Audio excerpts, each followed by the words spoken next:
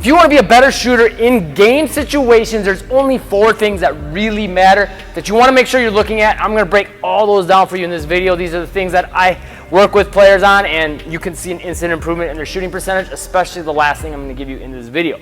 So, first thing that you have to look at when we're talking about making shots in games is what's comfortable for you. I know a lot of coaches like to say, like, this is how you got to shoot the basketball.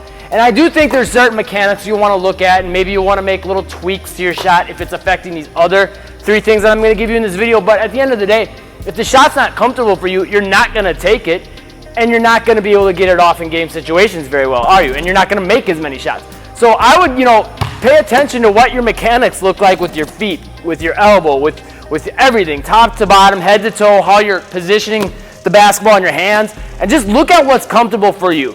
And if you're making shots in games, I wouldn't make some dramatic changes again, unless it's affecting some of the other 3 things we're going to talk about in this. But if all that's in check, you're making shots, you feel comfortable, you're able to get it off, you're accurate, you got decent range, then there's really no reason to mess with it too much. If you are having problems, you probably will want to take some time then to refine those mechanics, or take some time to say, what's causing the problems? Is my elbow flaring out? And that's causing a problem. Some players maybe like to have their elbow out a little bit and they make their shots.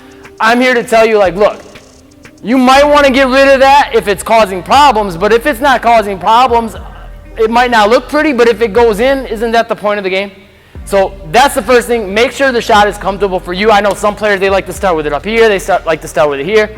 Roll with whatever works for you as long as it is working with these other 3 tips. Second big thing you got to look at is, are you able to get it off in game situations? So if you got a shot where maybe you have to really turn your body, that's probably going to be a problem, right? Because if you're ever facing this way, you're going to have a heck of a time getting the shot off. So a lot of players, if you watch Curry, they'll shoot with their shooting side slightly forward, and I don't have a problem with that either. Again, whatever's comfortable for you.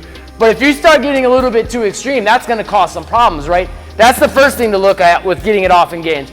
The other thing to look at, though, is it high enough arcing or high enough release that it's not getting blocked? If you're releasing it like this down here, good chance that's going to get blocked. It might be quick, but if it's a line drive shot, that's going to get blocked. Like Curry, his release is real quick, kind of like that too, but he releases it up before he does that.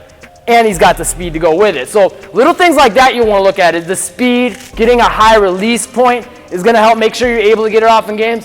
And then also, how quick are you able to get it off using your feet and off the dribble? So if you're catching the basketball and then you're stepping into it real slow, that might make it so you're not able to get your shot off, right? So in your practice, you might want to work on getting those feet set the instant your hands touch the basketball so you can go right into that shot. That can speed it up. Off the dribble, same thing. Getting those feet set as quick as you can so you can get that shot off quicker. And then also working on your ability to gather it into your shot pocket off the dribble. So you get it right where you want it. Now you can get that shot off a little quicker so you can make more shots in games. And then the other part with getting your shot off and making it in games is, are you able to keep your eyes focused on the rim and not let that hand in the face distract you? I'm going to give you something at the end of this video. The 4th thing that's really going to help you is going to help you with this side of things. But those are all factors you need to look at. You need to put into your practice.